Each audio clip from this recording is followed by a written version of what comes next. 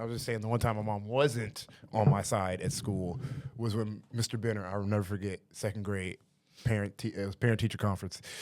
My history teacher, not history, social studies teachers, she met him. He was Columbus sailed around the ocean blue. Literally. Class. Yeah. I remember he cut his finger on a paper cut, and he just ignored it. I thought that was the most gangster shit I ever seen in my life. I was like, you don't cry? I remember being fucked up by it. I was like, he's not even crying right now. Anyway, so where's his mommy? His mommy's not even in the room right now. I was fucked up. I remember that was like a mind-blowing moment for me. I was like, okay, all right, relax. People can be okay. Yeah. Your teacher's a former CIA operative, clearly. So clearly this is God. And so parent-teacher conference she meets Mr. Benner, and Mr. Benner goes, Ashton's like a good student, and got good grades. I want to recommend him for this NASA program in the summer. Wow. I also want to recommend him for ADHD, consultation. And my mom was like, that's all you motherfuckers want to do is put little black kids on Ritalin and diagnose them, which at the time, in the 90s, facts. They were overdiagnosing black children. Two facts could be true at once, though. I remember being like, yeah, Ma, tell him. And then 20 years later, I was like, Mom, I think something wrong. I think I got the brain worms or something. Yeah. Your mom was like, you're overprescribing black children with ADHD. You're like, facts. Like, you don't give them a chance to do anything on their own. You're like, facts. Like, the pharmaceutical industry has got a grip hold. You're like, facts. She's like, no black child has ADHD. You're like, well. Meanwhile, I'm like literally doing circles around both of them, like just doing crazy ass shit. Ain't nothing wrong with this baby. Like, something's wrong with that kid. You're not even pointing to him. You're pointing to his cartoon outline that's left after he ran. It's disintegrating into the air. Literally, not to do a Cat Williams joke on the podcast, but it does. My favorite Cat Williams joke is when he's talking about his son taking Ritalin and how he used to always be running. And like, you need to see him like this or like this. And then I gave him Ritalin, and I just saw him like this. I was like, son, what's wrong? What you thinking about? And he was like, running. And it was just the greatest Cat Williams to me. We owe it to Cat Williams after talking shit about him like 2 weeks ago. I also acknowledge on this same podcast, which is now a KAWPS/Cat Williams podcast. I think we owe it to him to pay homage to how great of a comedian he is. You can get bit just the same way. Black kids, two things can also be true. We're big on nuance on this podcast. There's a such thing. It's called the gray area. Yeah, we live in it. But let's start this goddamn. Let's start the show.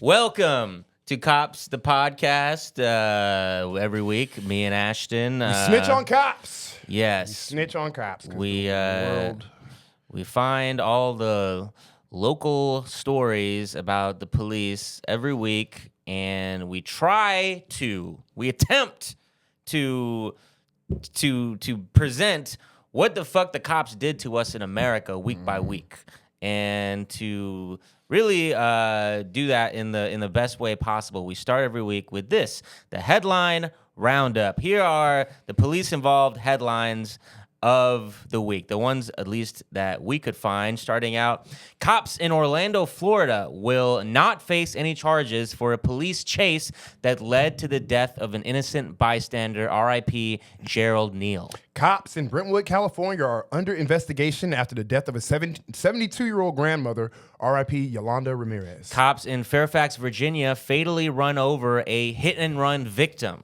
R.I.P. Trina Jones. Cops in San Francisco shoot a man and his dog. Cops in Waco, Texas charged for sexual assault of a child under 6 years old. Cop in New York City is charged with sexually assaulting a 15-year-old girl. Cop in Belleville, New York charged with child sex abuse. Cop in Worland, Wyoming convicted of child sex abuse. Cop in Bellevue, Nebraska arrested for the production of child sex abuse material. Cop in Neenah, Wisconsin pleads no contest to possession of child sex abuse material. Cops in Fayetteville, Arkansas are on video holding a mother and her 4-year-old girl at gunpoint in a case of mistaken identity. Jesus. Cop in Desert Hot Spring, California, charged after beating up a group of teenagers. Cops in Williamsport, Pennsylvania are facing a lawsuit after knowingly keeping a teenager in jail for weeks after discovering exonerating evidence. Cops in San Antonio arrested for injury to a child. Cop in Watertown, New York arrested for endangerment of a child. Cop in Aurora, Colorado arrested for domestic violence. Border cops in El Paso, Texas kill a dog. Cops in Canton, Ohio kill a dog. Cop in Southwest Missouri charged after assaulting an attorney after a child custody meeting. Okay, yeah, that was. I was just like, all right, I get that. Yeah. We've all been there before. Who hasn't wanted it? Listen, I've had court-appointed lawyers, which everybody loves. It's twofold. People, we defend court-appointed lawyers because they're overworked. Also, they are some of the worst lawyers you could ever have. And as a poor person, I've had a few. Is this a court-appointed lawyer, though? Is it? Why are you making that assumption? That is a great question. I just assumed. A cop? Oh, that is a great. Yeah. First of all, wrong side of the law. I immediately just got triggered. I was like, yeah, because it's clearly a court of. My bad. Yeah.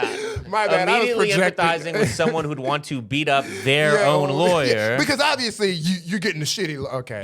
Yeah. So look, I'm sorry for your trauma, but check that shit at the door because it has nothing to do with this cop who assaulted, we can assume, the attorney for the mother of the child. Yes. Or you know what? It could go either way. All we know is he beat up an attorney after a child custody meeting, which we're assuming did not go his way. But who knows? Maybe I assumed he assaulted his own attorney or yes, I assumed he assaulted the other attorney. But maybe you're right. Maybe it was his own attorney for doing a bad job. Either way, I don't imagine it's not a public defense attorney. That's very funny. Your legal defense is shit. Now let me see your physical defense, nigga. I'm swinging. nigga, arms up, nigga. That shit is crazy. Yeah, meanwhile, the lawyer is like, the judge is like, again, you're here to prove to us that you would be safe for your children. Kids there, daddy? It's like, yeah, it's really not looking good for you, officer. That's so crazy. And you're a cop. You are literally, it's not like you're a drug dealer. You have the law on your side, being like, oh, you're clearly upstate. Hey, put him down. Put your lawyer down. Like what the fuck? You fuck. We were so ready for you to take advantage of our racist criminal justice system. It's all here for you. If you didn't just beat up your lawyer in front of us, you would have walked away. Full custody, brother. What the hell? That's all right. Yeah. Well, hold on. Let's not go over the whatever you would like to. I'm sorry, because revisit. I could try to talk about psychotic. The cops in Fairfax, Virginia, fatally run over a hit-and-run victim. Yep, exactly what it sounds like. There was a woman who was hit by a car, and the person who hit her drove away, and the cop that arrived on the scene ran her over and killed her. That is exactly what? Yeah. R.I.P. to Trina Jones. But yeah, I mean, come on. Like, how much worse at your job could you possibly be? How the fuck does that happen? Yeah. I can't even wrap my brain. Yeah. It's like irony is not the word here. It's like evil. It's like something darker, more like. It's not even iron. This is like pure. Just deep. It is looks like if someone didn't die off of this, I mean. We would feel better making jokes about the dumbassery here, but a lady died. Like this is, I mean, yeah, it's beyond incompetent. It is absurd. It's that. Even. Yeah. I'm just processing you ran over a hit and run. Yeah, I'm assuming he's going. I'm hoping. This guy goes to jail. Who knows? Probably not. Yeah. Probably not. As we're going to cover this today. Episode. Yeah. Speaking of, probably not. So what are we talking about today? Well, we will be talking about the conclusion of the trial of the San Antonio officers who shot and killed Meliessa Perez from outside her living room window. If you've been listening to our podcast, then you have heard about this story. We'll be talking about a former cop and convicted child predator running for public office, cops driving drunk and arresting the sober, cops stealing overtime and piling up lawsuit settlements. What's happening on our Patreon? And our Patreon, we'll be discussing ICE's increasing clashes with different parts of the federal government. Yeah, they're not just beefing with us. They're not just beefing with citizens. They're beefing with the fucking government. So we're going to be getting into that. We'll be talking about that as well. So sign up for that Patreon, please. And I need that $5 personally. Yeah. I need $5 right now. Yeah. If you could to just sign up to the Patreon, you can give me $5 right now. That would help. Me and Ashton were just sharing about our similar health deterioration, so we could really use. My back hurt. Yeah, mine does too.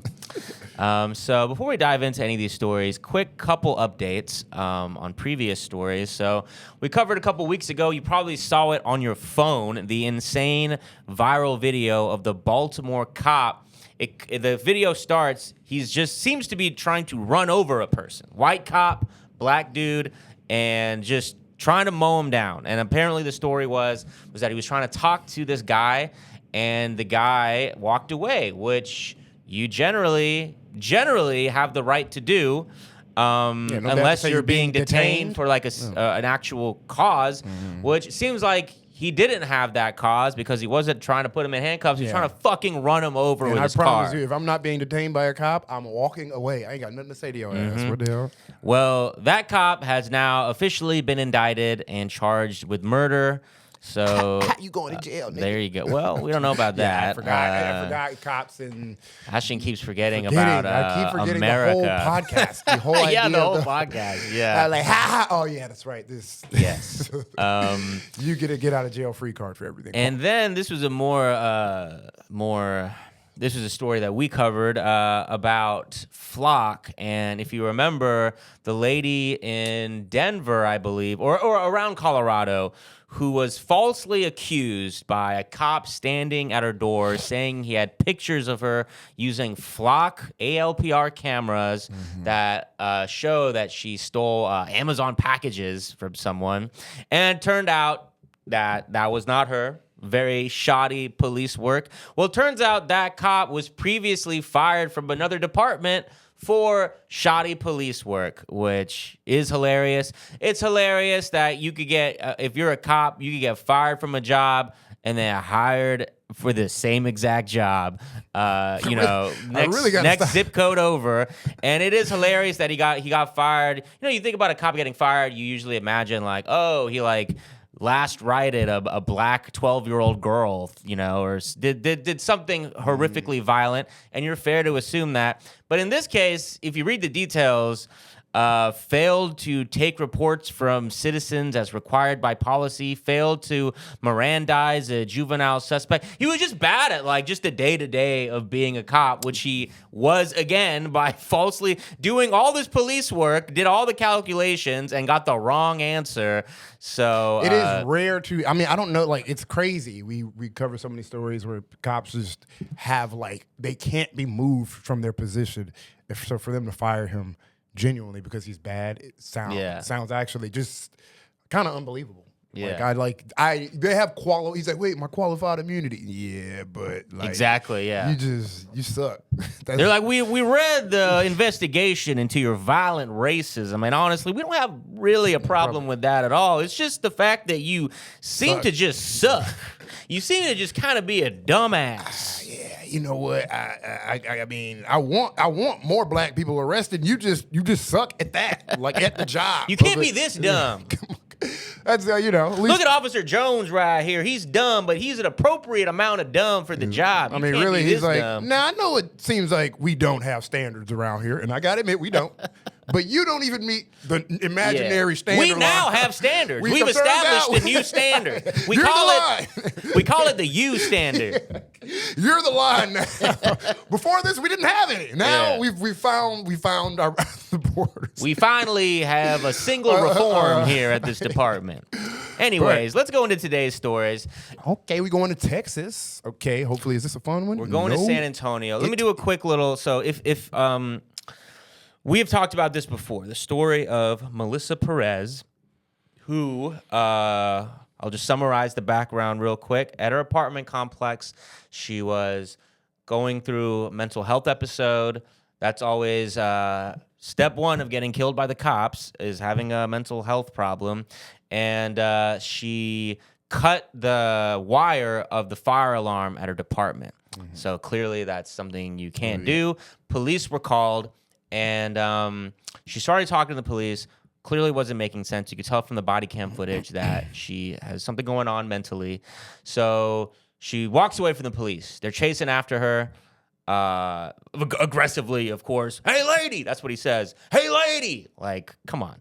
And it ends up, she's inside of her home, and they are outside, but they're trying to access her home through the patio. So it's like, I know for me and Ashton, it's a very familiar looking scene, like these Texas type of apartments. Yeah. And they're just big, massive units, bunch of, and then you have your little apartment building, hers on the floor. You got your tiny little patio, and they're stepped into the patio. They're trying to break through the glass. She throws a candle at them, and then she holds a hammer and apparently like starts stepping towards them with a hammer again. In her house. She's in the house. They are outside the house. There is a literal wall. And there's 2 hails of gunfire towards her. They kill her. And the reason why it's like a big fuss is because it's like the first option is death. And it's like all these, like, when these situations happen, then you have your options of what you can choose. They don't hesitate when it comes to killing somebody. They don't. There's so many different non-lethal choices. Step back. Maybe we recoup. Think about how we're gonna go in without causing harm to anyone's life. Maybe we step away and de-escalate and then come back in. No, it's always just. And that, I think you really nailed it when the fact that one of the options is you can just step backwards, and you instead choose the option to unload, like, that is really it. And there's a wall in front of, but yeah, we'll get into this story. So the trial has concluded of these 3 cops. So let's read up on what happened. San Antonio, Texas, via Ken S5. 3 ex-San Antonio Police Department officers found not guilty of murder, other charges in connection with Meliessa Perez's 2023 killing. The jury was responsible for determining whether the defendants, Alfred Flores, Eleazar Alejandro, and Nathaniel Villalobos, were justified in firing their weapons. The defense had argued the officers were in vulnerable positions as the confrontation escalated and called up witnesses who testified that the ensuing investigation was rushed and biased. The defendants were arrested and suspended from the force about 16 hours after the shooting. Police Chief William McManus at the time said their actions violated department protocol, but Ben Cifuentes, who was part of the defense team, said investigators fell short in how they reviewed the incident and who was at fault. Flores and Alejandro had each been charged with a count of murder, 2 counts of aggravated assault, and a count of deadly conduct. Villalobos had been charged with a count of aggravated assault and a count of deadly conduct. They were acquitted on all counts just after 3 p.m. when Judge Ron Rangel read the jury's verdict. Closing statements were delivered just hours earlier. Sorry, did you want to say? Yeah, I just want to interject real quick. I mean, yeah, like, you know, not a lawyer, but like I just imagine, one, it's like, where to place the blame here? Because, like, again, if you see the footage, in my opinion, if you're unbiased and you're not cop pilled and you're not right wing pilled, if you look at the footage, it's just kind of completely inexcusable. Yeah. So I'm trying to make sense of this. Like, how much of it is like the jury just happened to be felt a certain type of way about whatever it was that made them lean that way, or is it because these cases, you know, it ends up being like very narrow interpretations of the law, and they ask the jury, like, you know, okay, we boiled it down to this based on this tiny little, it all hinges on this tiny little thing. How do you feel about this or that? And in that case, it would be like the laws in place are kind of stacked against the victims. I mean, it in also these cases. could be, we're in San Antonio, Texas. Yeah. We live in a reality where it is tough to find someone who's not politicized one way or another. And, you know, in Texas, people are going to be, if they are going to be politicized, San Antonio is a larger metropolitan. San Antonio is a more blue city. Yeah, I know, you I know? know. So I'm going to take away, you know, there's caveats. Obviously, San Antonio is a bluer city, but it's still Texas in general, a little more pro-cop citizenry. So I'm not taking that out of the, you know, it's hard to find an objective. It's like hard to find objective people that are just in your jury pool. You can try to like, and the lawyers, they look for that. They look for someone who's like, and the law is generally on their side. Like, you know, the police have broad leeway when their lives are in danger, or maybe even when they feel that they're in danger. The system is designed to, you know, the best way I could put it, the way that I could put it that's like the least like, you know, how we really feel is that the system is designed to allow the police to feel free to do their job without feeling constrained. So what that translates to, right, is things like qualified immunity. I don't think that was a part of this, but it translates into things like that where cops have these very broad protections, and then the jury is just asked, like, whatever the question may be. The question may be like, could you reasonably say this officer felt like he was in danger in that moment? That's what I'm like wanting. I'm like, how come the vagueness of danger is like, okay, now let's define. Obviously, there's obviously obviously dangerous situations where it's like, oh, this person's life was directly in danger. There's a direct, if action was not taking place, direct result, someone would have died. And then there's like I don't know. I think you could have walked away from that. I don't know. I think you could have maybe. She didn't have you have a gun. Yeah. You have the gun. She had a hammer. You are man. Don't even get me started on like shit. Like she's a lady. There's three of y'all counting the body. If you look at the body camera footage of the fourth cop that was there, you see three fucking cops right in front of him. And literally, like the whole. Don't even get me to like the social, cultural shit where people like, because they want to have it two ways. People who are like kind of red pilled pro cop. They're also like, you know, men and women were different. Okay, a woman needs to be protected. But then now when they cherry pick their arguments. Now that the cops involved, this woman is the most dangerous thing that's ever been seen on earth. That woman was scary. That woman scared me. I pooped my pants. Scary woman. No, literally they have it. It's both ways. It's like women are women, men are men. Women are dainty little flowers who couldn't do anything a man can do. And then it's also that woman almost killed those three officers with her bare nail. And I remember they mentioned somewhere that like there was a cop who was like getting injured by the glass because they were trying to break the glass. She broke the glass with a hammer. She threw the glass, throwing the candle thing. But it's like that is the level we're talking about. And again, whether or not, I don't know specifically if the question was whether or not the cops felt like they were in danger or not in this case. I was just like providing an example to illustrate like how these jury verdicts can come about so frequently, where a lot of times it might not be that the jury was just like people who sympathize with cops. It'll just be the way the laws are structured that what is actually asked of the jury is a question that is so narrow and so favors the police that these verdicts just come about because the juries are just like, well, yeah, whatever it is. Well, yeah, what did seem dangerous, whatever it would be. So let's just keep going here. Throughout the testimony, jurors had heard conflicting accounts about the deadly confrontation and ensuing investigation, which a former sergeant called biased. Prosecutors argued the officers entered Perez's apartment illegally and used excessive force, saying their warrantless entry amounted to burglary of a habitation. That frustrated one officer who was on the stand for days before he pleaded the fifth, having said he was upset with the theory the state was formulating in the trial's early days. Defense attorneys countered that Perez had committed a felony earlier that morning, throwing a candle at an officer, which allowed police to make an arrest without a warrant. Last week's testimony included defense witnesses, retired Sergeant Lisa Miller, a 30-year San Antonio Police Department veteran who said she spent hundreds of hours reviewing the case. Miller testified that she believed the lead investigator, Detective Ronald Soto, rushed to judgment by securing arrest warrants just 16 hours after the shooting. She also told jurors that another sergeant believed the officer's action were justified, but was allegedly told by Chief McManus to stay quiet or face consequences, a claim that contradicts Soto's earlier testimony denying any outside pressure. I just want to say the reason why they're calling the arrest warrants just 16 hours after the shooting like rushed.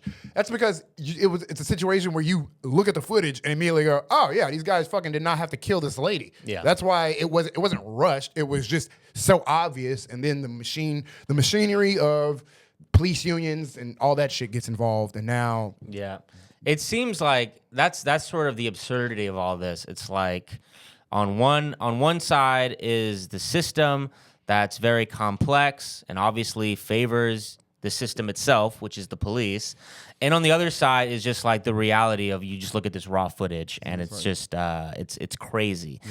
And like even in this article, it really is implying that what was being argued was not just the footage that you see with your own two eyes. It's like, oh, whether or not they needed a warrant to enter, it's like, yeah, whatever. Like that's a legal argument. Like I don't know the law that well. I don't know, but as a human, you just see that it's one lady who you see is suffering a mental health episode and 3 cops outside on the other side of a wall, and they all start unloading on her, and none of them are charged with anything. They all get off on all counts. That's insane. Something that's like objectively, like you see with your own eyes that like is common sense, and then it gets put into this machine, and it's like, okay, they're able to reframe and reformulate. The law is not objective. The law is not. It's built.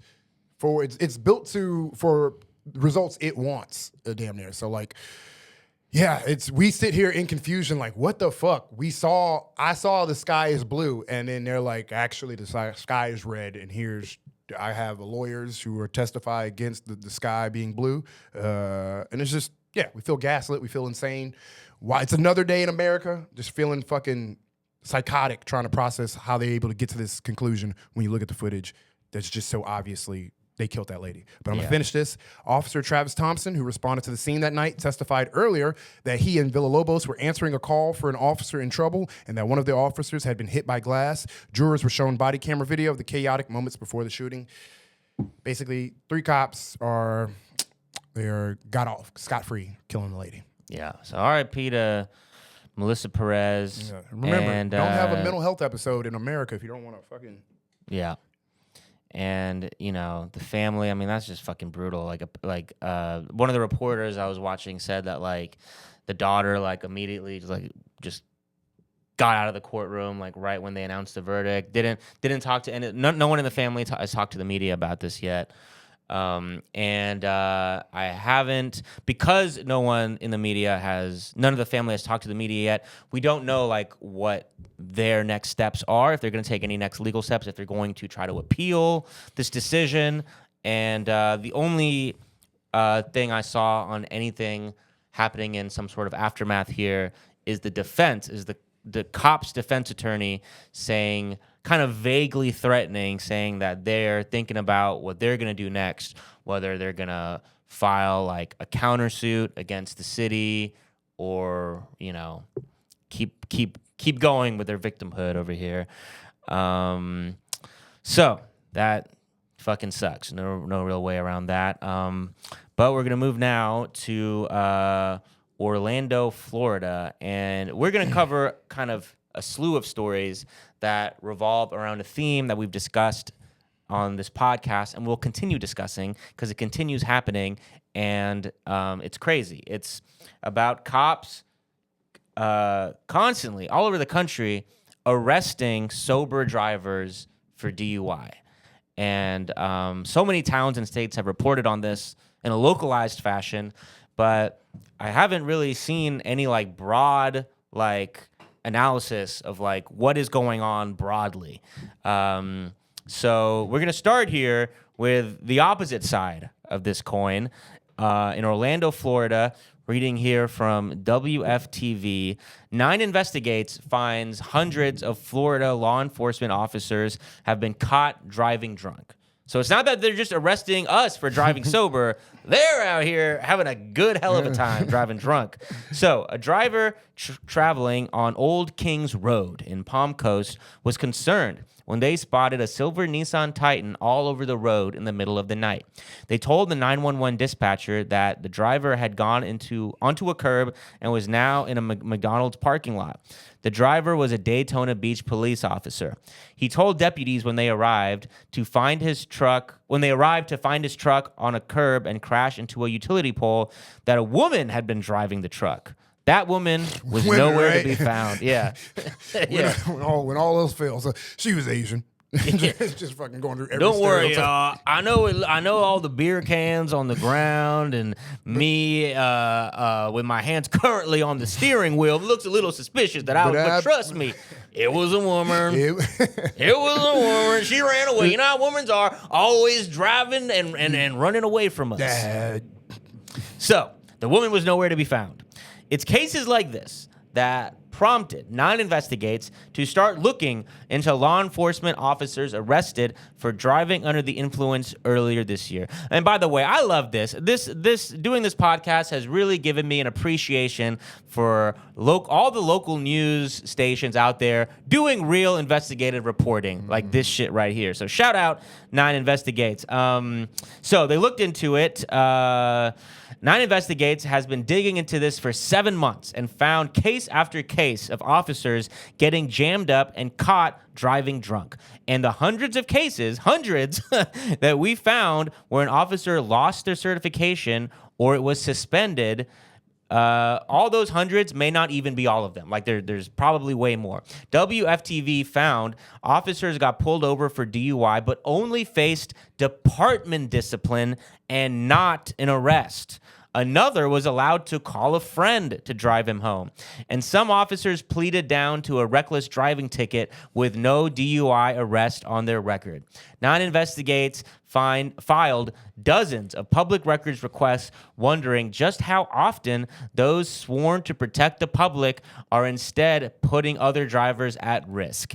We uncovered 379 Florida law enforcement officers who have lost their certification or had it suspended statewide over the last 5 years because they were caught driving drunk. That's crazy because cops already drive drunk. Like when they in their police vehicles, they already just be turning on their lights just to go past the fucking red. And you're like, nigga, you didn't need to do any of that. Like cops are literally the most reckless.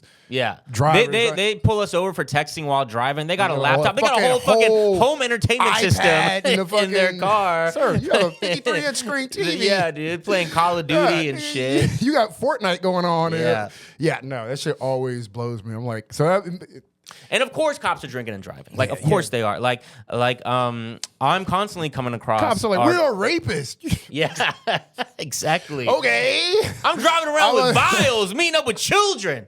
You gonna get me on drinking and driving? What? Fuck off, dude. God. This ain't nothing. I murdered people. Straight the fuck up murder.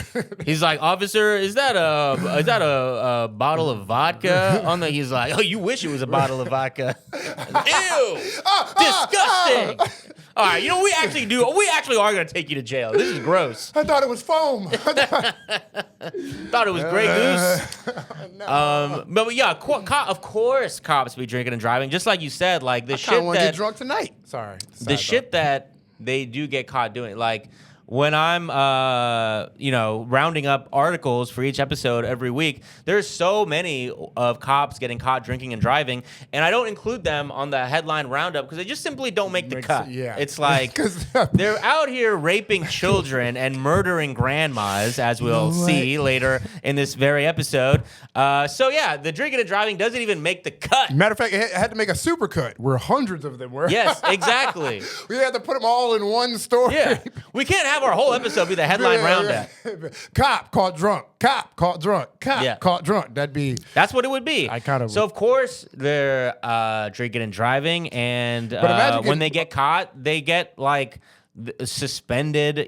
They're not getting charged. They're not going to jail like we would, like the rest of us. It's such a prolific phenomena that imagine you're a cop who just got pulled over.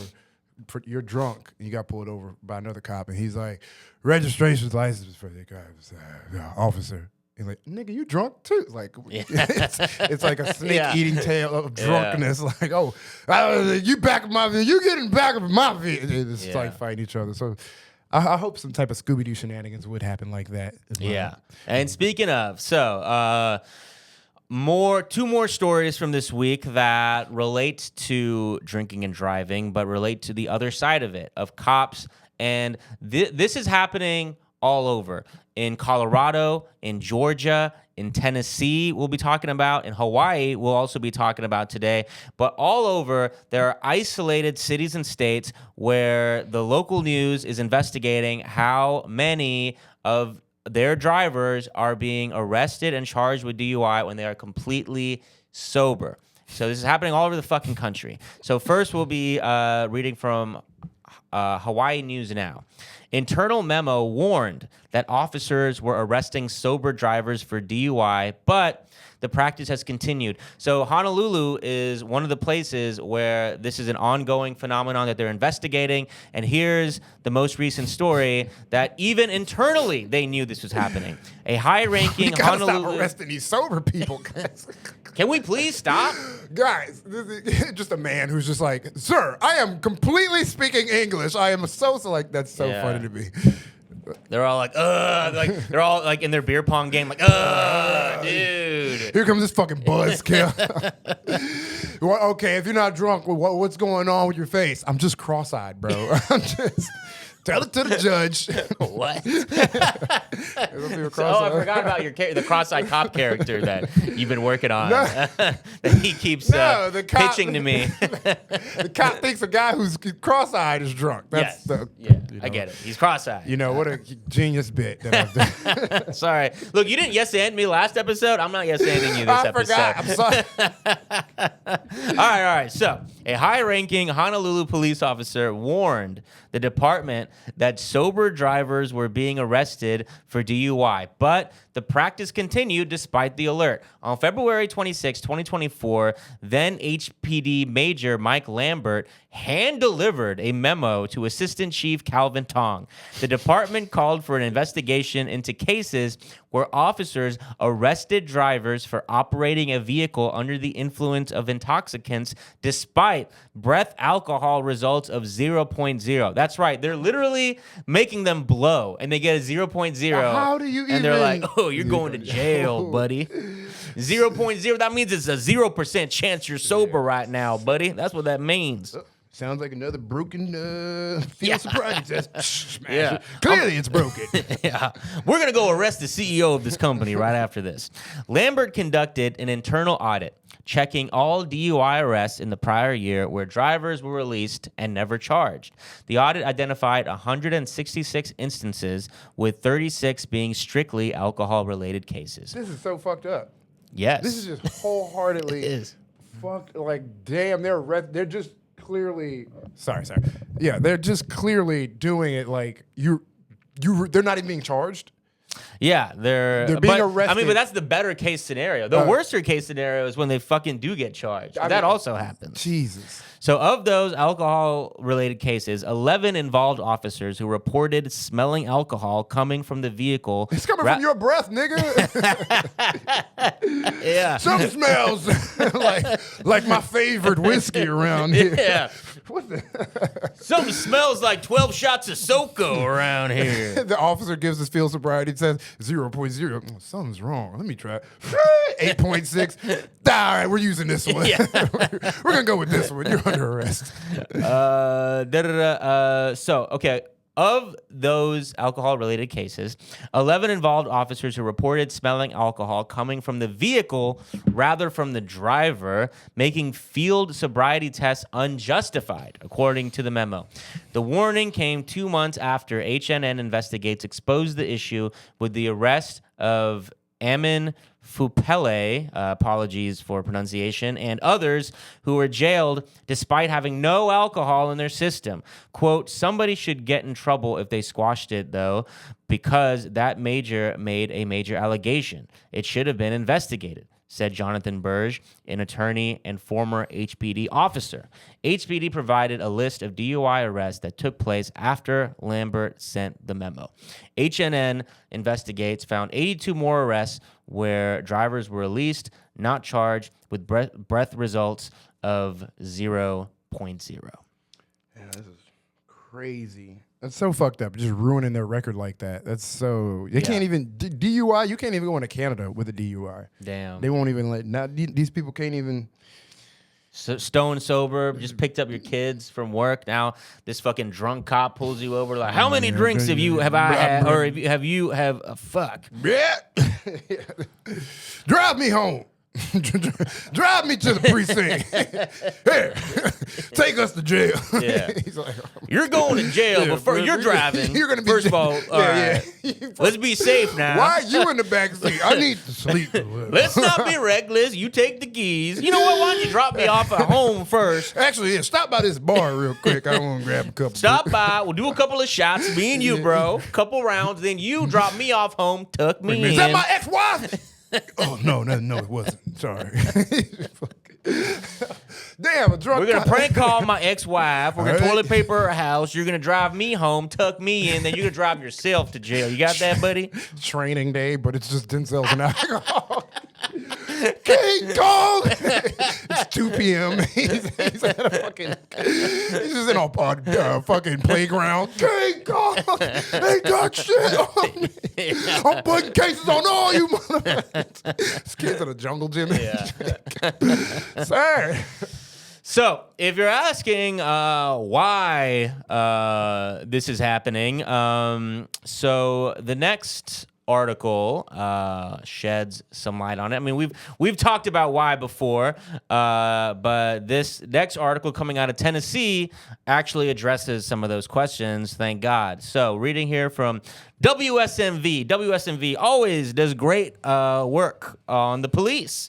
Again, I love that this podcast has made me so familiar with all these local stations. It's awesome. So, shout out WSMV. It's made me properly pronounce the word Aurora. Yeah, it's made you properly pronounce the word That's what I've gained Aurora, Colorado. Well, it's made you attempt it. Yeah, 'cause I haven't learned. It's highlighted a problem. Yeah. That's knowing is half the battle.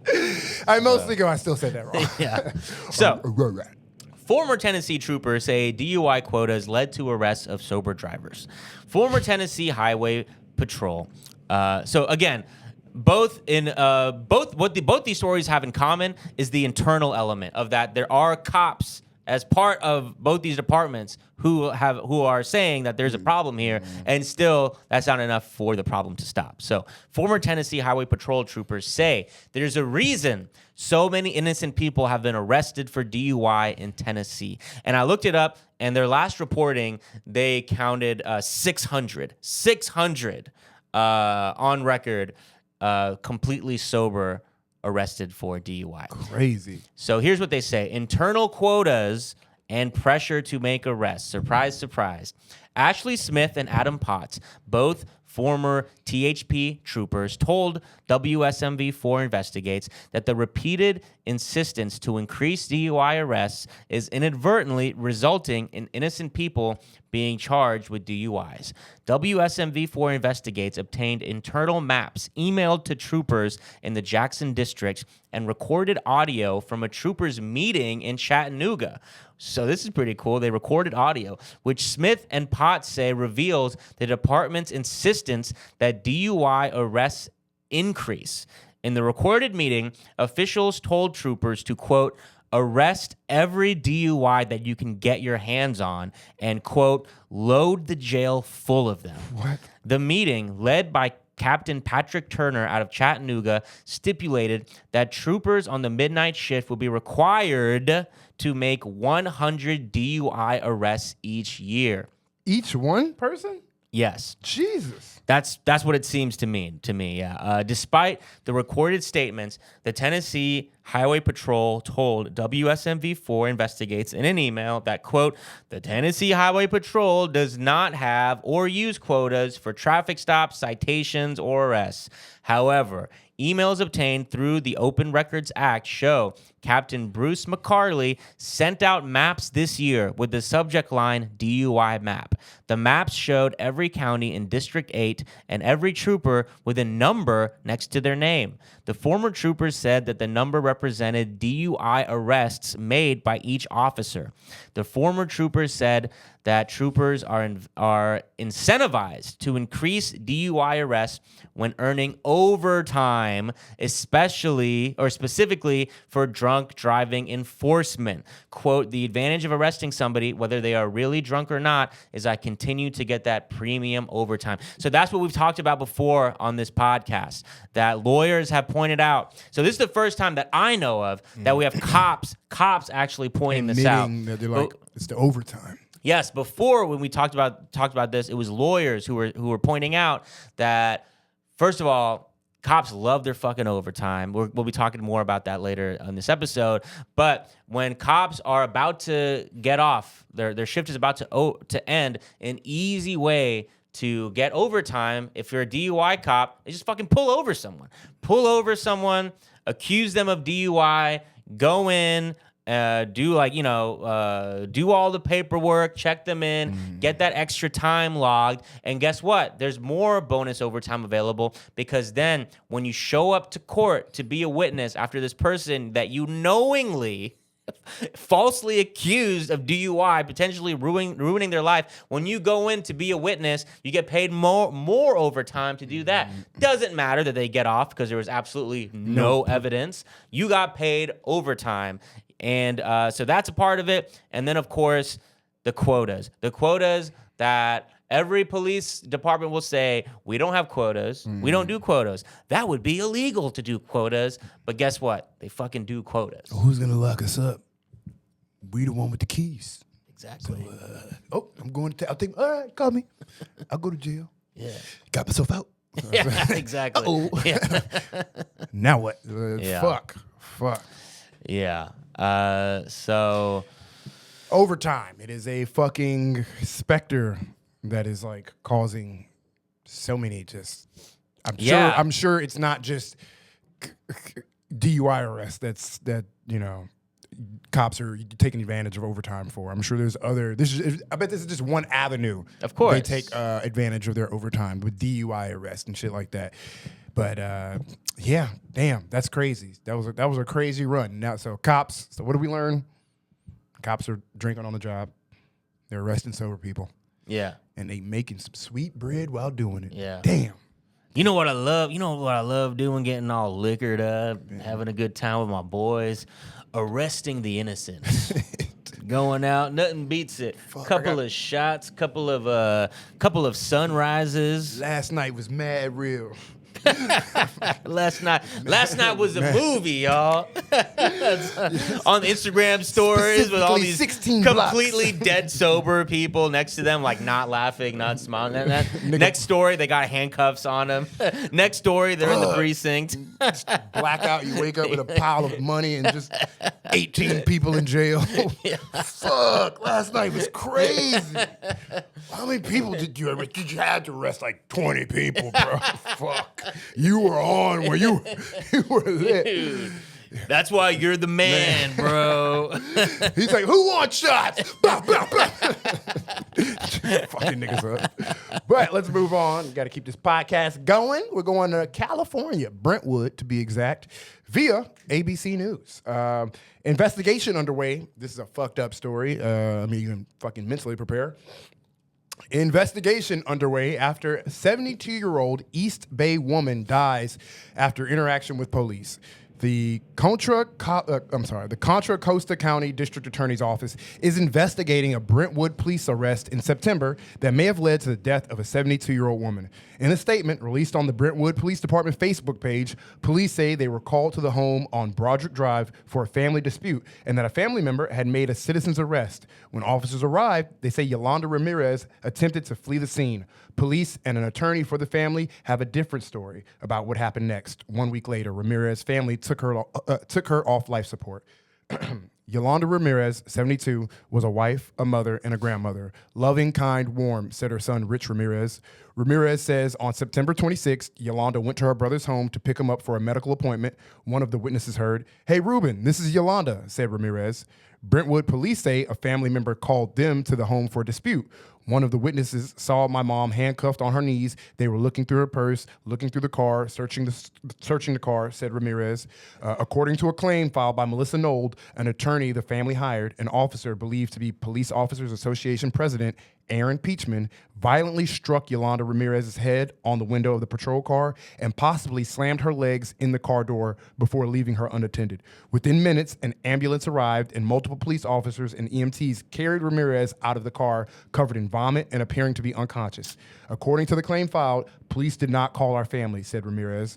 According to the family's attorney, Melissa Nold, at least 6 witnesses observed the incident and were outraged by the police brutality. She says none of those witnesses have been interviewed by Brentwood police detectives or district attorney investigators to date.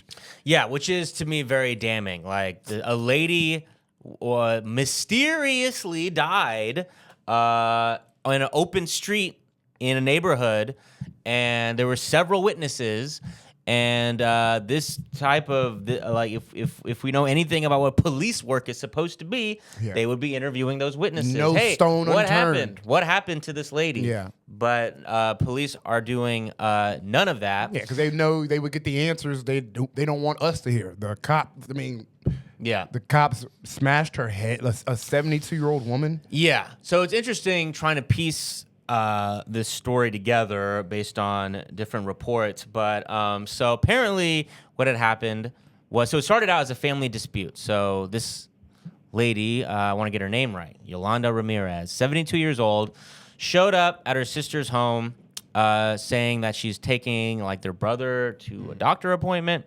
And that started a dispute. For whatever reason, the sister was saying like, no, like, what are you talking about? We don't know really what was happening there, but it ended with Yolanda getting very angry and like banging on the door. So she called 911. Cops come and they try to talk to them separately. And at a certain point, they decide to handcuff Yolanda, again, 72-year-old lady.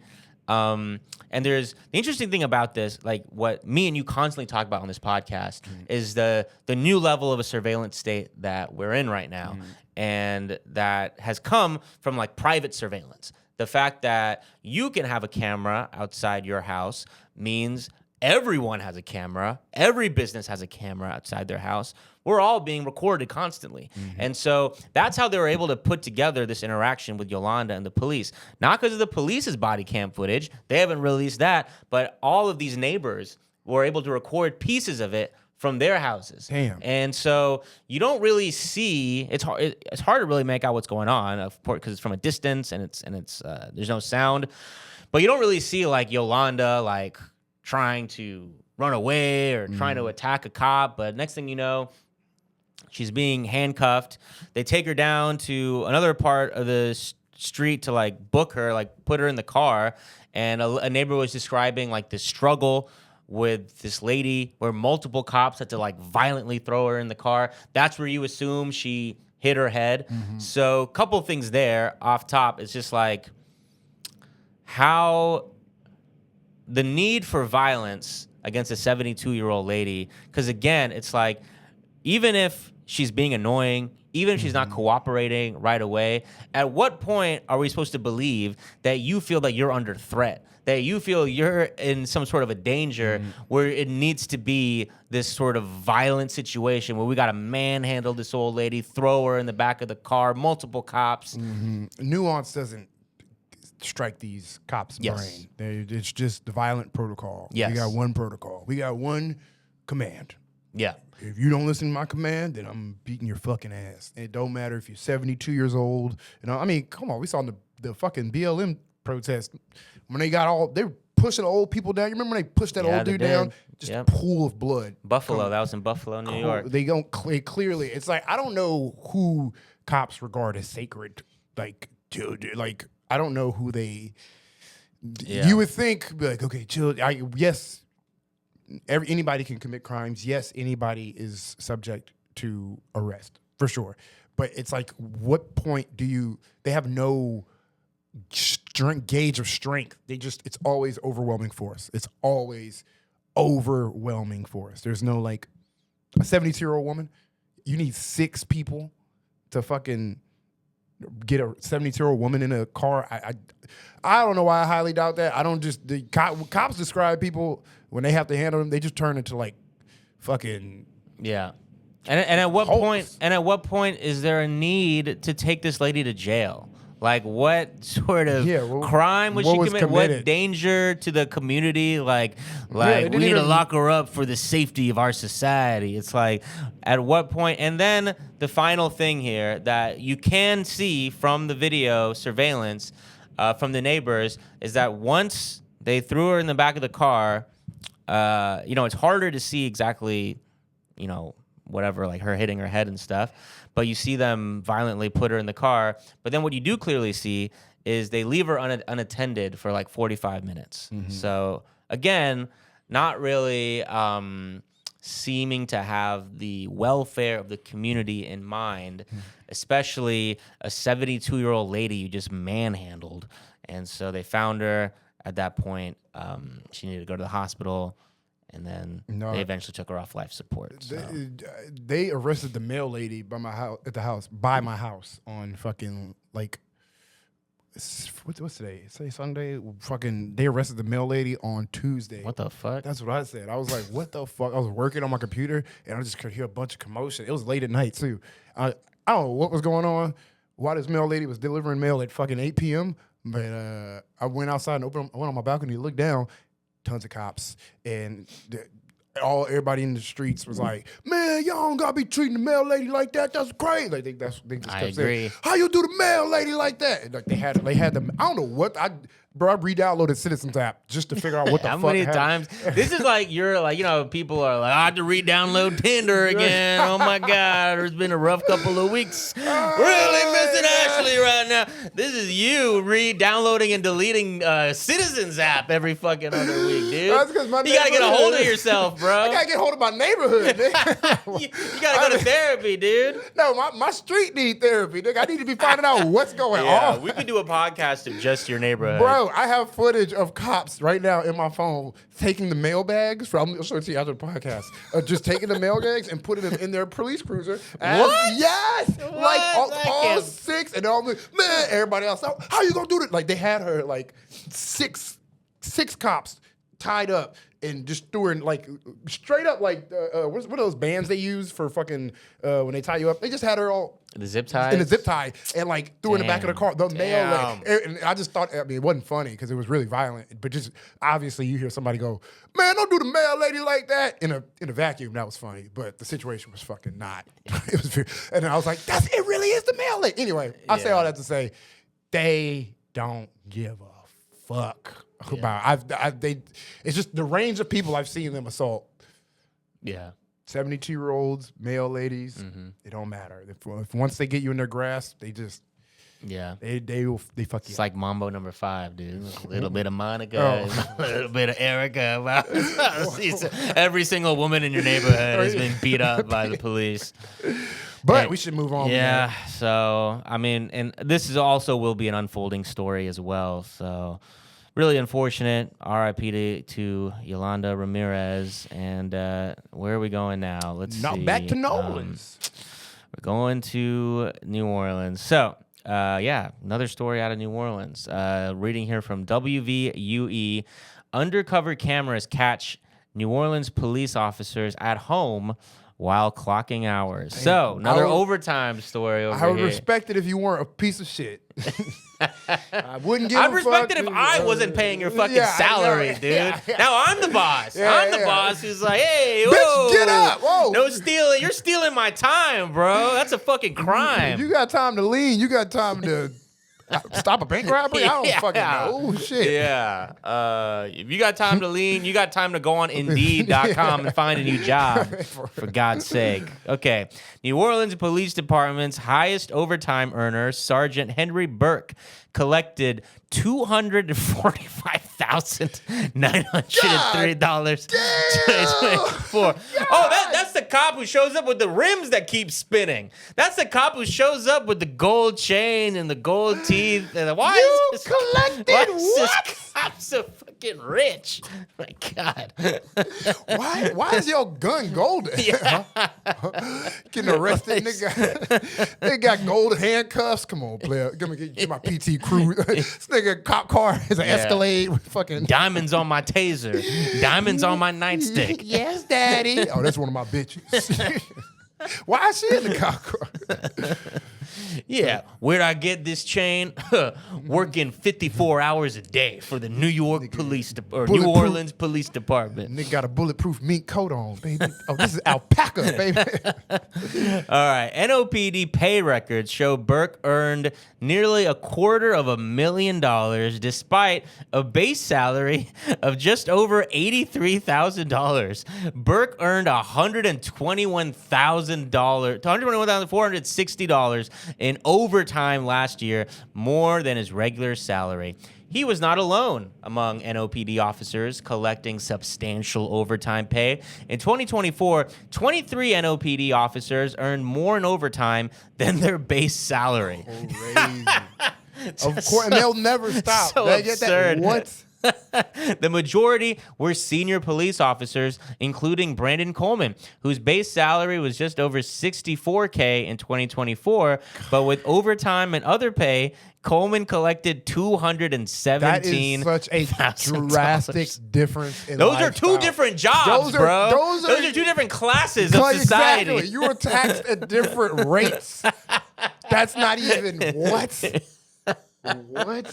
So ridiculous. And it's just the boldness of them to do this. The fact that you are a $64,000 man and you walking around here with 245,000 energy. That's Coleman claimed, so here we go. Coleman claimed to have worked 16 hours or more on 146 days last year, according to payroll records. Fox, so this is awesome right here. Again, this will be this whole episode. I want to do a homage to all you local news stations doing awesome work like this. Get this: Fox 8's undercover investigation uncovered potential discrepancies between officers' timesheets and their actual hours worked. On July 13th, an undercover camera captured Burke getting into a vehicle at 2:54 p.m. and driving away 1 minute later. His timesheet indicated he clocked in nearly 30 minutes earlier at 2:30 p.m. Burke lives outside Orleans Parish,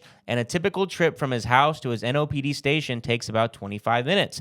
2 days later, a camera captured Burke returning home at 6:54 a.m., 6 minutes before he clocked out of his shift. Damn. So this fool was getting home, stretching, changing his clothes, pouring himself a double glass of scotch, probably before he goes back out on the road. But and he's still on the clock is the point while he's doing all this. On July 16th, Burke left his home at 3:02 p.m., more than 30 minutes after clocking in for his shift.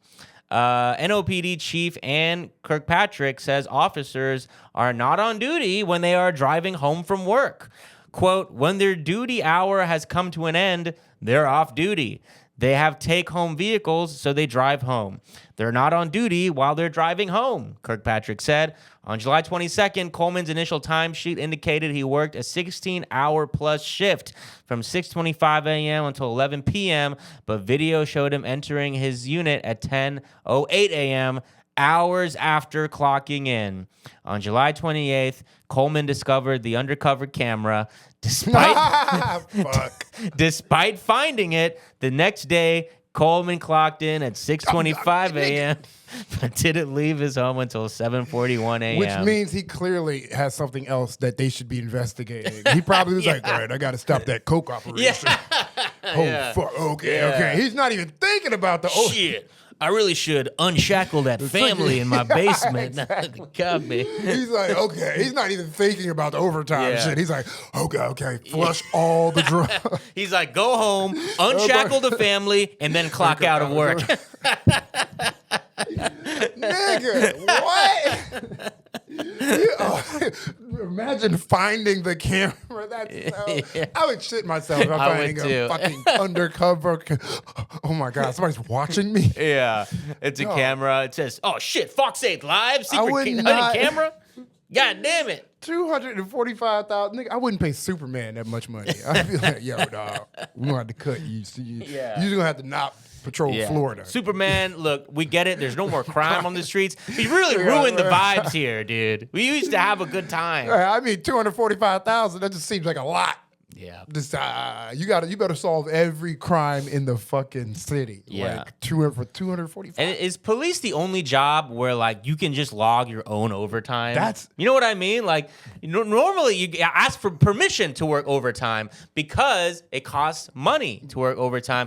But cops, their boss is us, the taxpayer. So they get fucking infinite. They can take all of the money from us as they possibly want to go home and like massage their feet and unshackle the family that they've kept chained up. It's crazy that it takes. This is how you know there is truly no police oversight, because this guy went from 64 to $245,000. You think at some point, like at $164,000, somebody in accounting would be like, Shaggy?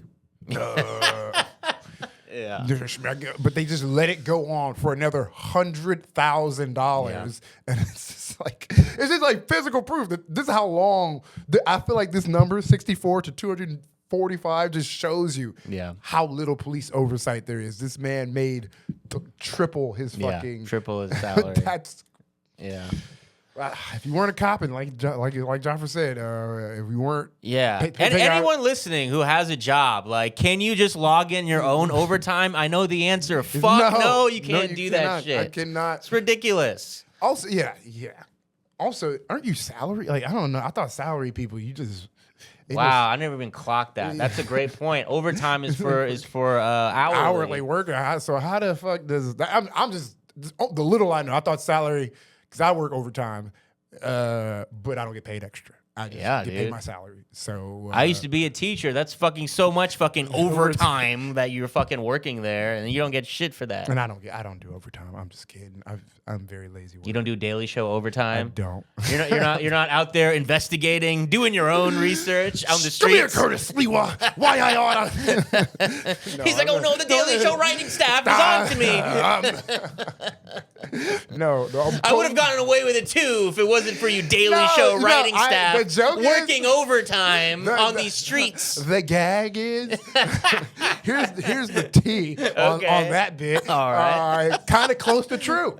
Kind of close to true, except the character wasn't Curtis Lewa. The one time I did almost get overtime for Daily Show was when I was with Marlon Wayans and we interviewed Eric Adams. I was the writer assigned to the Eric Adams interview, and we went out to this like place, and I'll never forget. This was one of the funniest things. This is how I knew this nigga wasn't shit.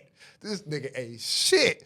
We have the mayor of New York City. We're all day event. We're like prepping for like writing, all that shit, setting the scene. All like when we're very cognizant of Eric Adams' time, and we just he gets there. We do the interview, and we're trying to get him out. We think he has like what's your heart out? He goes, shit, I ain't got no heart out. What we doing after this? We were like, nigga, ain't there a city to run? What you mean? What we doing after this? Nigga, there's a housing crisis. Go solve that shit. It was the funniest thing I've ever heard a mayor, outside of like the crack mayor, him being like, shit, nigga, what we doing after this? Like the look in his eyes, like, because he was with Marlon.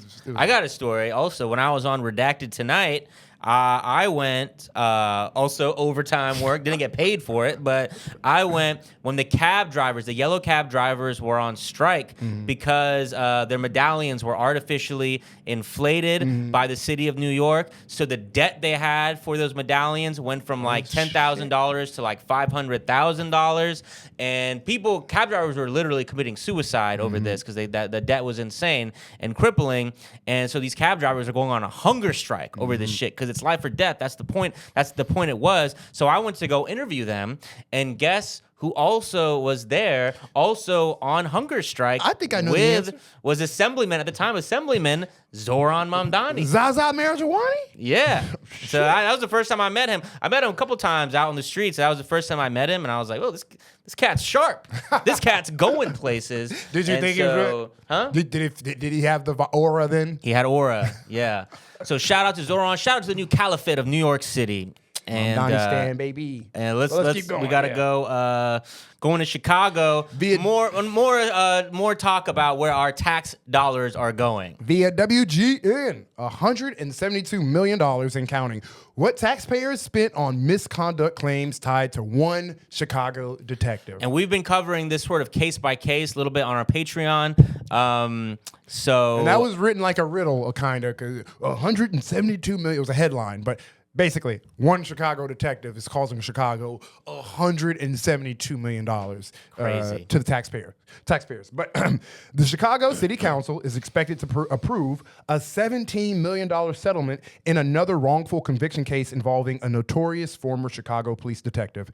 Jose Maisonette spent 27 years in prison for a double murder conviction that was later overturned amid allegations of misconduct by Ronaldo Guevara. Maisonette claimed in legal filings that Guevara beat him during a lengthy interrogation, forcing him to falsely confess to the 1990 killings of two brothers on the northwest side. Already, Chicago taxpayers have spent $94.1 million to settle legal claims with 7 men who allege they were framed by Guevara. If Maisonette is paid, that tab could increase to $111 million. There are at least 35 lawsuits pending in federal court, with more expected to be filed. This guy was just beating niggas up. Yeah. This was Chicago policing in the 90s, just like, all right, time to use those interrogation skills I learned from Israel. Yeah. Thanks, Mossad. Yeah. Come here. Yeah. But in total, taxpayers have spent a total of more than $172 million to settle, review, and defend claims of misconduct in murder cases investigated by Guevara. According to a review of public records by WGN Investigates, that includes payments to outside law firms in addition to the $27.2 million that Cook County has paid in settlements. So real quick on that. So it's like this one guy. On one end, it's like, oh man, how's the poor city of Chicago going to afford all these settlements? Well, look where that money's going. All that money to fucking defend these fucking crooked ass cops. It's like, at what point, how many fucking cases of this guy Guevara do you need to see of him kidnapping black teenagers, beating the shit out of them, and then throwing them in prison? Do you have to where you can just give money directly to what the people are asking for, his victims, rather than spending all this money on outside law firms to fucking defend this guy? Well, the good news is, luckily for Chicago, the citizens can rest easy knowing that this is the one bad cop in Chicago, and they don't have to worry about any other police settlements. It's a systemic issue about this one guy. Specific guy. He's the system. Systemic issue solved. But the city council recently approved $90 million global settlement to resolve nearly 200 lawsuits involving another former Chicago police officer as the head of... Oh, wait. There's 2 of them. Sorry. We misspoke. One. All right, there's 2. Fine, you got us. Spoke too soon. As the head of the crew that worked in Southside Public Housing Complex, Ronald Watts has been accused in legal filings of making wrongful arrest in numerous drug cases. The global settlement was seen as a way to quickly and efficiently reduce the backlog of lawsuits tied to Watts' alleged misconduct. Observers say a similar plan may also make sense for the Guevara cases, although the price tag would be significantly higher. Guevara retired from Chicago Police in 2005. In legal proceedings, he has repeatedly invoked his Fifth Amendment right and declined to comment. Records show Guevara collects 2 taxpayer-funded pensions from the city. In all, he has collected more than $1.6 million. This dude. So spent the 90s beating the shit out of black kids, throwing them in prison falsely. And like you said, we were having a Patreon talking about this guy. Or maybe it was the other guy, but one of these detectives in Chicago from the 90s, and you liken them to a serial killer. And I love that, because that's it, going person to person, kid to kid, and throwing them in prison for life. And now they're finally getting exonerated. This guy, Guevara, pleads the fifth, so he's retired. collecting 2 different pensions while pleading the 5th. And I looked it up. He is not currently facing any charges for anything he's done. He's just retired right now, collecting 2 separate pensions. So far, over $1.6 million. And these people's life is worth way more than the settlement that they're getting. I don't care how much money. Yeah, I know you'll be happy when you get millions of dollars for sure. But, bro, money fell off. Materialism fell off. Nigga, I want my life. Fuck all that. Yeah, I don't want to. But they can't do. They can't do that. That's what I'm saying. That's what hurts me even on a fucking like just spiritual level. I'm like, nigga, I would much rather have 15 years of life than $111 million. I mean, let me take that out. Yeah, I would. I would rather have 15 years of life than $111 million. Because, you know, not just the joke that materialism and capitalism fucking just sucks. It's like, what am I going to do? Get an Uber?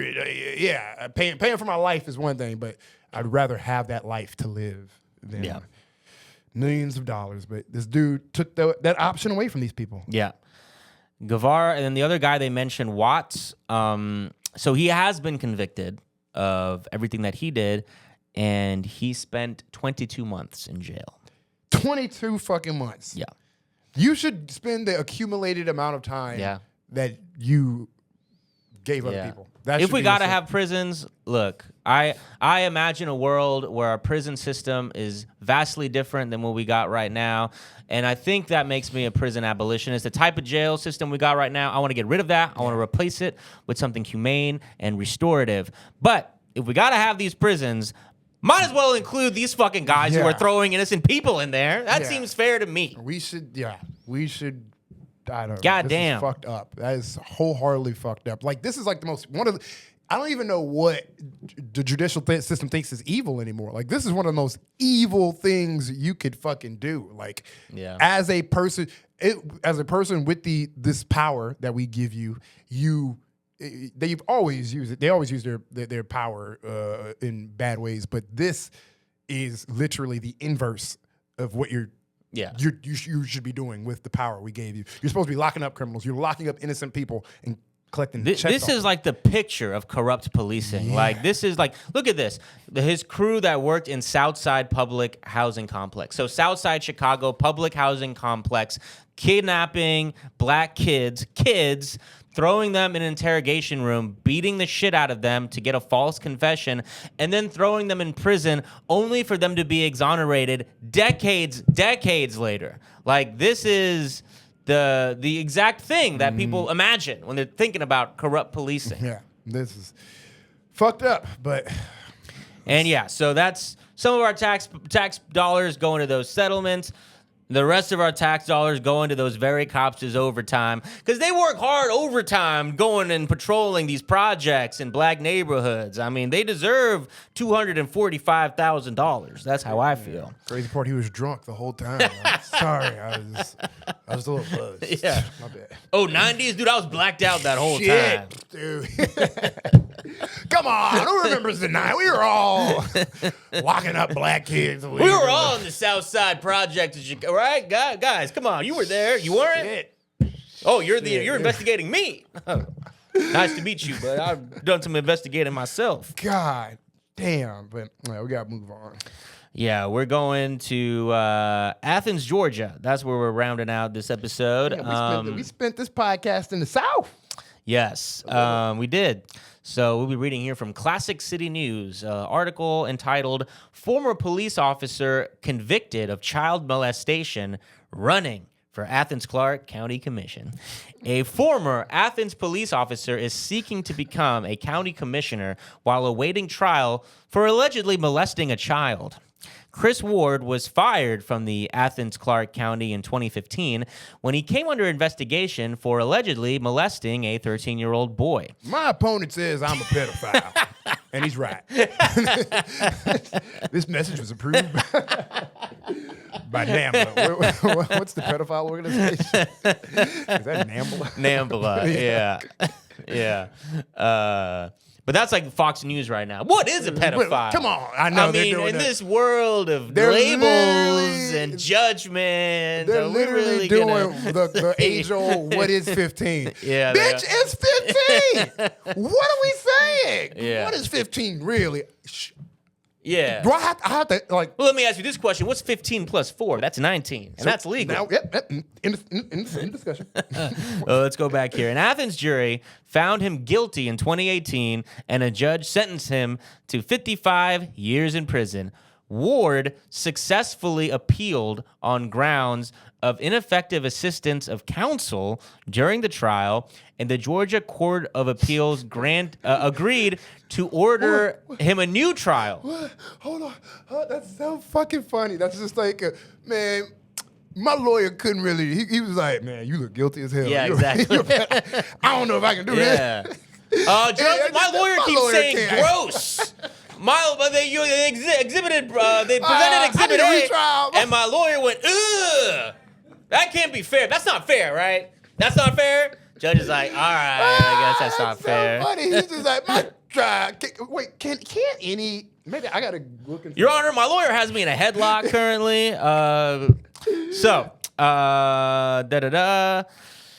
So they agreed him a new trial. Ward was released from prison in January 2021, and now, while the trial is pending, he is running for the Athens Clark Commission to represent District 5, where he's lived since 2008. He believes he's sorry. He was so ridiculous. No. He believes he is qualified to serve because he was born, raised, and earned a living in Athens. Quote, I've made friends in every corner of our community. Yeah. In the churches, the playground. To the daycare. Yeah. From the daycares to the schools to the playgrounds to the nurseries, I have made friends, lifelong friends in the community. All right, so I made friends in every corner of our community. I've shared coffee with small business owners and small children. I've shared apple juice with some of our most beloved constituents. Oh my God. Okay, let's get this together. All right, quote. I've made friends in every corner of our community. I've shared coffee with small business owners, worked beside people doing everything they can to make ends meet, and listened to families who just want to feel seen and supported. My God. Now, some of you here may think about me that I technically grew up outside of Athens, or that I molested a boy, but the fact is that these allegations have nothing to do with the work that I've shown over the years in this beautiful town of Athens. This town has touched me, and I want to touch you. I want to touch every member. Fuck. Ward also believes that his ordeal as a criminal defendant has made him a better person. Quote, the experience taught me some hard lessons I wish I'd understood earlier in my career, and it gave me a deeper appreciation for fairness, compassion, and the responsibility that government has to treat every person with dignity and respect, he said. Now I want the opportunity to serve this community with honor and to help ensure our local government works for everyone who calls Athens home. This ordeal has really made me reflect on the criminal justice system and the way it treats child molesters. Yeah, the experience taught me some hard lessons. Don't molest children. Yeah. Got it. Lest you be judged by this society that we call home. Like I said, it taught him some hard lessons. Lessons I wish I'd understood earlier in my career. Rape is wrong. Don't molest babies. That's okay. Hell has no fury like a judge's scorn. It's just, I mean, dude, I want to act. I am shocked. I am, it's like I told you on the phone. It's the first thing I thought of was, it's not just our president right now. It's like just a pedophile. Yeah. It's not just like he's a pedophile. He's a pedophile. He's like in that. He's like currently has hijacked the Republican Party and turned them into like pedophile allies. Like they form an ally shield type shit around them. But more importantly, this already happened when Trump in 2016. Trump had a case while he was running.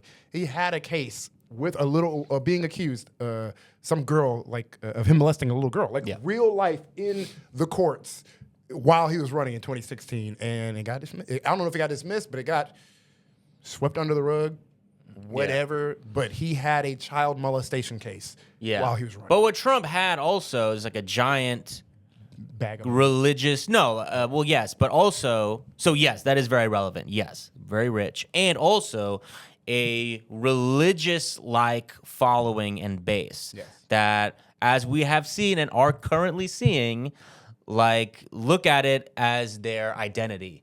That is Trump. So they can't deny their own identity. They're going to follow him to the ends of the earth. This guy, who the fuck is this guy? I mean, Chris Ward? Yeah. Chris Ward, you got no right being a fucking pedophile and running for office, You gotta bro. earn that shit. You do gotta earn that shit. You are lucky to have your case appealed off of what I imagine is some fucking technicality. Yeah. And you have the balls to run for a county commissioner. Athens deserves better. Yeah, at least The when people deserve better. at least when Trump was running as a pedophile, he was funny. Yeah. He was dropping ball like little funny shits. I was like, ah, damn, the pedophile. He was. He was dunking on Hillary Clinton. Dude, and Come turns, on. yeah, turns out he was. Now we know. It was personal. Yeah, he was trying to get her out the picture. Yeah. He said, oh shit, trying to get Bill to myself. Yeah. But yeah. So we'll be following this election closely on KAWPS the Podcast Election Watch 2025. Election/pedophile watch, which is increasingly becoming the same thing in this country. Exactly. It really like. Yeah, Chris Ward, in a landslide victory, has now been elected the president of Athens. I'm a single issue voter. Can I touch kid? Well, damn. That's how we are going to end We today's episode. need a soundboard with funny sounds because we got to stop ending the podcast.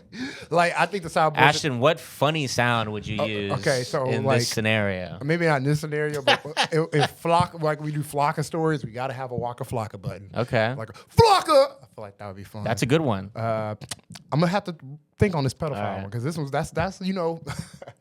That's a tough one. That is a That's tough one. All right, I'm not just gonna go off the dome with that one. What about what was the guy who had that show To Catch a Predator? Chris Hansen? Yeah. Should we What just- about a Chris Hansen quote? Just like Him just saying, "Damn." I don't think he says that. him being like, "Why don't you have a seat? Yes, I would love. That'd be fire. Why don't you sit down for a second? I'm sure I can get a soundboard. We ordered some pizza.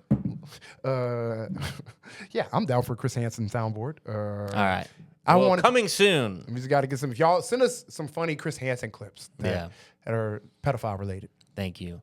We're trying to cover the cops, and we need a pedophile soundboard, is what we're saying. Yeah, didn't know you needed it until this podcast. Yeah. But it comes up quite often. Yeah. Anyways, thanks for listening, and we'll catch you next week. Peace.